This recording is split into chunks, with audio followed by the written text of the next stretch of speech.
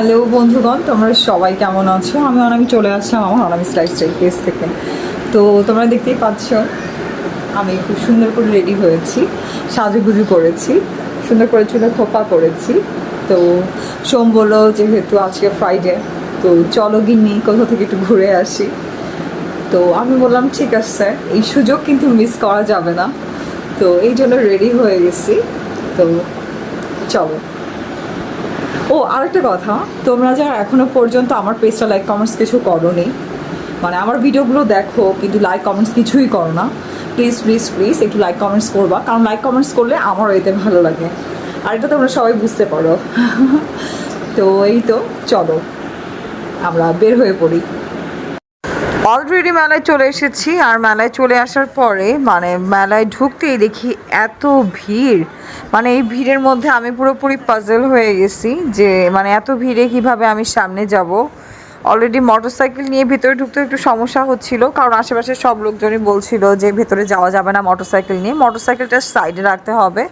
তো সোম আমাদেরকে একটা জায়গায় দাঁড় করে রেখে বললো যে আমি একটু সাইডে মোটরসাইকেলটা রেখে আসি, তোমরা একটু দুজন দাঁড়িয়ে থাকো। তো আমরা এই মিষ্টির দোকানটার পাশে একটু সুন্দর করে দাঁড়াই, আমি আর রূপকথা।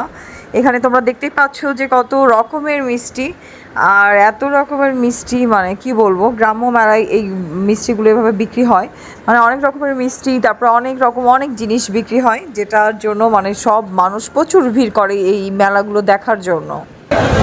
আমরা অলরেডি মেলায় চলে এসেছি, এখানে মানে এত ভিড়, প্রচণ্ড ভিড়, মানে এত লোকজন, মানে আমি মনে হয় না ভেতরে যেতে পারবো, কারণ প্রচণ্ড ভিড়। আর এদিকে তো রূপকথা দাঁড়িয়ে আছে, রূপকথাটা হাই বলো।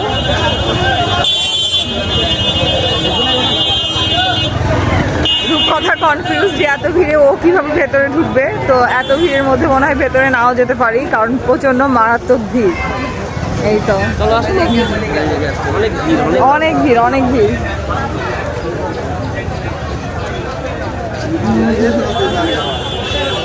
আমরা আজকে হোয়াইট ফ্যামিলি, সবাই হোয়াইট পরেছি। তো একটু সামনে এগোতেই দেখলাম মাটির সব সুন্দর সুন্দর জিনিস, আর মাটির এত সুন্দর জিনিসগুলো দেখতে আমার সত্যি অনেক ভালো লাগে। রূপকথাকে বলছিলাম, রূপকথা তুমি কিছু কিনবা নাকি, তখনও বলছিল যে না, ও ছোট ছোট হাতি কিনতে চাচ্ছিল, কিন্তু ছোট ছোট হাতিগুলো বলছিল যে শেষ হয়ে গেছে আপু, সকালের দিকে ছিল। তো ওকে আর কি কিনে দিব বুঝতে পারছিলাম না। আমি সুন্দর সুন্দর গ্লাস, মগ, ব্যাগ এগুলো দেখছিলাম, কারণ কি মাটির জিনিসগুলো দেখে কিন্তু চোখে একটা অন্যরকম শান্তি লাগে, মানে এটা আমার কাছে মনে হয় একটা অন্যরকম শান্তি। এগুলো কি মহাস্থান করে কটকটি?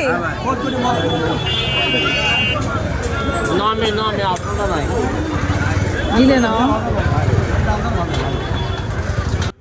তো আমি সোমকে জিজ্ঞেস করছিলাম এগুলো কি মহাস্থানগড়ের আসল কটকটি কিনা, তো বলছিল যে না, এগুলো আসলে পুরোপুরি মহাস্থানগড়ের কটকটি না।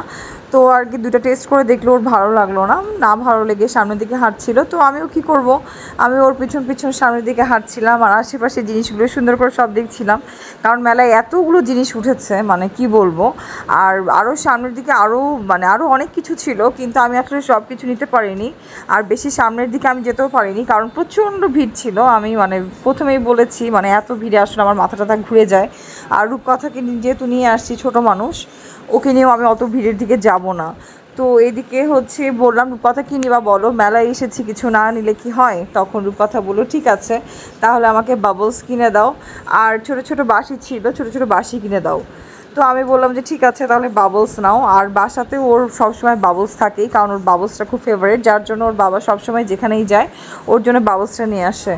তো কিছুক্ষণ চিন্তাভাবনা করলো, চিন্তাভাবনা করে পরে বললো যে আমি শুধু বাঁশিই নিব, তাই ওর জন্য শুধু বাঁশি কেনা হয়। ও বাঁশি দেখলো যে বাঁশি কেমন লাগে। আসলে মেলা দেখতে কিন্তু আমাদের সবারই খুব কম বেশি ভালো লাগে, কারণ এখানে অনেক রকম জিনিস থাকে, তাই অনেক রকম জিনিস দেখে বাচ্চারাও অনেক কিছু দেখতে পারে, অনেক কিছু শিখতে পারে, অনেক কিছু জানতে পারে। তারপরে এখন একটা টি স্টলে আসলাম, একটা টি স্টল, এখানে মোটামুটি আমরা মাঝে মাঝে এসেই চা খাই, এখানকার চাগুলো মোটামুটি অনেক টেস্টি হয়। আর এখানে একটু ভাজি পেঁয়াজুও পাওয়া যায়, পেঁয়াজু পুরি পাওয়া যায় আর কি। এখানেই রান্নাবান্না হয় সব কিছু, এখানেই চাটা সব কিছু হয়। এই তো রূপকথা, সুন্দর না বাঁশিটা? আসো এদিকে আসো। ঘুরে আসো।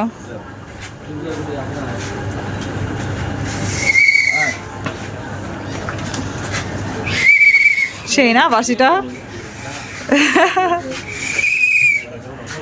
রূপকথা ওর বাঁশি নিয়ে অনেক এক্সাইটেড, সে অনেক সুন্দর করে বাঁশি বাজাচ্ছে।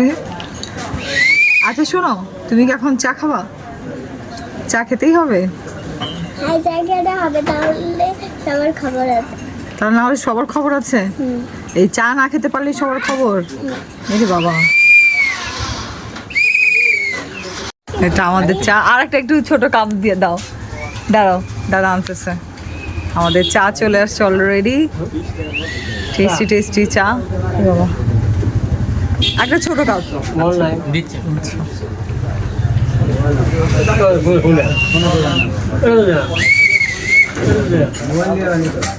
কানে প্রচুর শব্দ লাগে। ঠিক আছে, এখানে আমি ঢেলে নিচ্ছি। আসলে প্রচুর গরমও পড়েছে। প্রচুর গরমে সবাই বেশি বেশি করে পানি পান করুন আর সবচেয়ে বেশি সুস্থ থাকুন। আর গরমে আমার মতো বেশি বেশি করে যারা চা ভালোবাসেন যারা চাটা খাবেন, কারণ চা খেলে গরমের মধ্যে মাথাটা আসলে ঠিক থাকে, ঠান্ডা থাকে। আর চা খাওয়া দেখেই বুঝতে পারছেন চাটা কেমন। অনেক টেস্টি চা।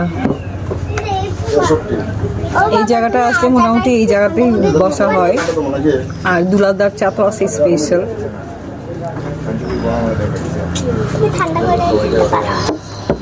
যে গরম পড়ছে, এই গরমে যারা চা খাবে তারাই হচ্ছে রিয়েল ফাইটার। ঠিক আছে বন্ধুরা, টাটা, বাই বাই।